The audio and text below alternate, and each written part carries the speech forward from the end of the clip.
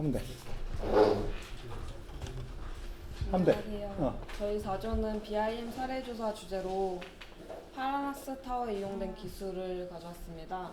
발표는 파라나스에 대한 제가 간단히 설명해드리고 기술을 중심으로 주제를 선택한 이유를 발표자 이준성 학생이 설명해드리고 다음 발표자 김도훈 학생이 파라나스 프로젝트에 도입된 BIM에 대해 간단하게 설명해주겠습니다.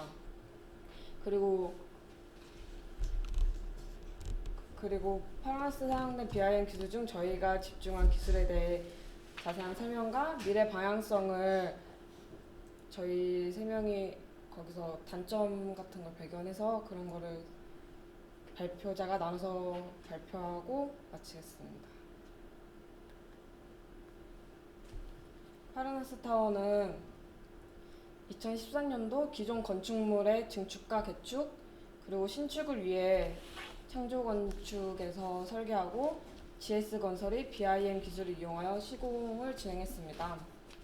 2016년도에 완공되었고 이후 연면적은 2,565제곱미터로 지상 36층, 지하 6층 규모이고 건축물 높이는 185m로 올라가게 되었습니다. 그 기술에 대한 소개에 앞서서 저희가 조사를 진행하게 된 주제 선택에 대한 이유로 BIM 기술에 대한 개괄적인 소개를 진행을 하겠습니다. BIM이 도입되게 된 이유로는 기존 건축 설계 방식의 한계가 드러났다고 볼 수 있습니다. CAD 도면으로는 현재 모델 기반의 설계 프로세스의 정보들을 충분히 담아낼 수 없다라고 판단이 되었고, 이에 따라서 다양한 정보들을 정확하게 담아낼 수 있는 새로운 방식의 작업이 필요해지게 됩니다. 그래서 그런 과정에 따라서 BIM은 설계 의도 및 프로세스들이 즉시 평가될 수 있고 설계 정보를 명시적으로 모델에 담아낼 수 있다는 점에서 차세대 건축 설계 방식으로 주목을 받게 됩니다. 다음은 어떤 BIM 기술들을 이용을 해서 활용을 할 수 있는 어떤 작업이나 현황에 대한 부분들입니다.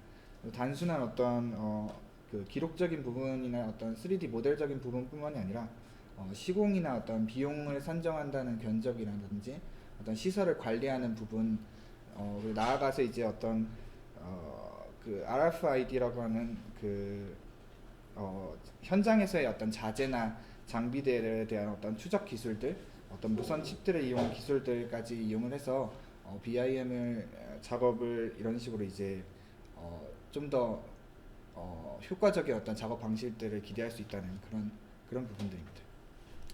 다음으로는 이제 프로젝트에서 도입된 BIM 기술에 대한 상세한 어떤 소개를 진행을 하겠습니다. 파르나스 타워에는 빔 기반으로 가상 시공을 도입해서 실제 공사 도중 발생할 수 있는 문제점을 사전에 예방하였습니다. 저희가 조사했던 방법은 이런 기존 형태를 디지털화하거나 디지털화된 정보를 시각화하는 등의 어떤 초기 단계에 해당하는 방법을 조사했고, 자세한 내용은 뒤에서 설명하겠습니다. 파르나스 타워 공사를 진행한 GS건설에는 그 프리콘 방식에 대한 어떤 작업을 진행하는 팀이 있었습니다. 그래서 이 팀에서 수행하는 프리콘 작업 방식과 프리콘 서비스에 대한 소개를 간단히 진행하면, 프리콘 기술은 이런 식으로 이제 그 3D 시공 모델을 제작을 하는 것입니다. 그래서 시공 모델을 미리 제작을 해서 검토를 해봄으로써 오시공과 재시공을 방지하고 시공에서의 효율성을 높이는 데 그 목적이 있습니다.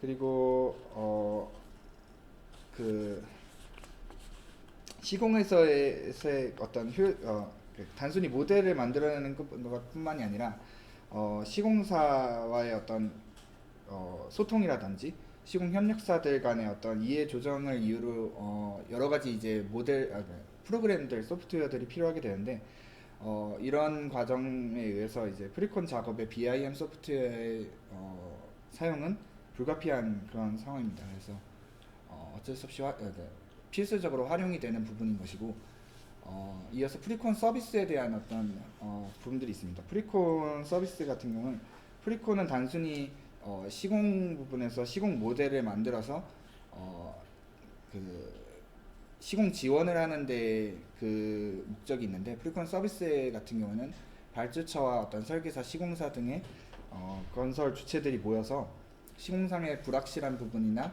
변경되는 부분에 대한 어떤 리스크를 제거를 하고 주기적으로 이런 회의를 거쳐서 프로젝트 운영을 최적화하는 데 그 목적이 있습니다. 그래서 단순히 프리콘은 이제 BIM을 활용하는 시공 현장에서의 시공 지원을 말하는 작업이고, 프리콘 서비스에 대한 부분은 이제 프리콘 기술 접목을 위한 어떤 영업과 업무 수행의 그 목표가 있습니다. 그래서 설계사와 발주처, 시공사 등이 소통과 협업을 통해서 어떤 그 요구에 맞는 품질 좋은 서비스를 함께 만들어가기 위한 어떤 작업 방식이라고 보시면 될 것 같습니다. 그래서 프리콘과 프리콘 서비스에 대한 전망은 앞에서 말씀드린 것처럼 높은 품질의 서비스를 제공하는 것뿐만이 아니라 그 발주처나 시공사 같은 기존에 단절되어 있던 그 건설 주체들 간의 어떤 소통과 화합을 통해서 어떤 건설 문화의 변화를 가져오는데 그 목표가 있다라고 밝혀진 바가 있습니다. 그 다음에 이제 다른 기술에 대한 소개를 더 진행을 해보도록 하겠습니다. 이제 파라하우스 타워의 증축을 위해 기존 건물이 부족하거나 잘못된 정보를 보완하는 목적으로 3D 레이저 스캐너가 사용되는데요. 저는 이 3D 레이저 스캐너의 이용 원리를 설명해드리고 현재 기술에서 보완을 했으면 하는 점을 발표하겠습니다. 레이저 스캔의 이용 원리는 물체에 레이저를 주사한 후 여기에 반사된 레이저를 수신해서 해석 처리함으로 이루어지는데, 이때 얻은 데이터는 3차원 좌표의 점으로 이루어진 포인트 클라우드가 됩니다. 이때 포인트 클라우드는 바로 3D 모델로 이용하면 방대한 용량의 데이터가 되므로 이때 오토데스크 리캡을 이용하여 삼각형 폴리곤의 형태로 변환합니다. 이를 통해 데이터의 용량이 50% 줄어 관리 및 작업에 용이해집니다. 또한 이 프로그램을 통해 디지털화된 데이터를 확인할 수 있습니다. 지금 보여드린 이미지는 실제 파라하우스 타워 증축을 위해 수집한 데이터 이미지입니다. 이 이미지를 통해 현재 레이저 스캐닝의 한계와 향후 연구 과제에 대해서 설명해 드리겠습니다. 화면의 왼쪽 이미지는 리캡을 통해 스캐닝한 데이터를 확인한 모습입니다. 보시다시피 결과물의 형태는 오차 및 노이즈가 발생되어 있고 S선과 같은 단층 스캔이 아니기 때문에 모호한 부분의 해석이 필요하고 형태에 대한 정보만 제공할 뿐 추가적인 정보의 처리가 필요해 보입니다. 리캡 프로그램 또한 재질을 인식하는 문제가 있음을 알게 됩니다. 그래서 이 데이터를 오른쪽 이미지와 같이 다른 추가적인 프로그램을 이용하여 불필요한 요소를 제거한 후 가상 시공을 위해 이용됩니다. 스캐닝한 데이터의 오차를 줄이기 위해서는 스캔 데이터를 다양한 형태로 가공하려는 현재 연구 외에 빔이나 기둥과 같이 단순하게 반복되는 구조물 같은 특정 형태를 인식할 수 있는 연구가 필요함을 알 수 있습니다. 또한 작업 현장을 스캔할 때 현장 내 장애물과 자재, 장비의 종류를 자동 인식하는 수준의 연구가 필요하다고 느꼈습니다.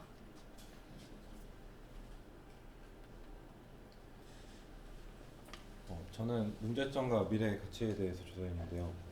건설산업연구원에서 발행한 2020년 한국 건설산업의 주요 이슈 및 트렌드 예측 보고서에서 향후 건설산업의 기술 혁신이 가장 크게 기대되는 영역으로 빔 등 첨단 정보와 기술이 선정되었습니다. 그만큼 국내 건설산업에서 빔에 거는 기대가 큰 것을 알 수 있는데, 하지만 실무에서의 빔 적용에는 많은 문제점을 가지는데, 중요한 사항을 나열하면 이렇게 엔지니어가 부족하거나 국내 산업의 특성을 반영하지 못하는 등 대부분 과도적인 문제점이 있고, 이러한 문제점들이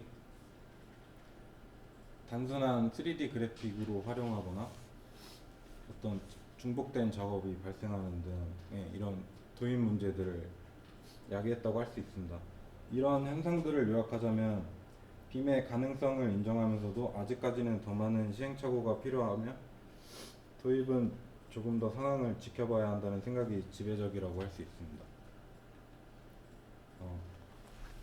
이 그래프는 세대별로 빔 모델의 발전과 수익성 예측을 나타낸 그래프로 그 초기에는 앞서 말한 문제점들처럼 수익성이 좀 미비한데 2030년쯤으로 해서 순익분기점을 넘기면서 가파르게 증가하는 것을 볼 수 있습니다.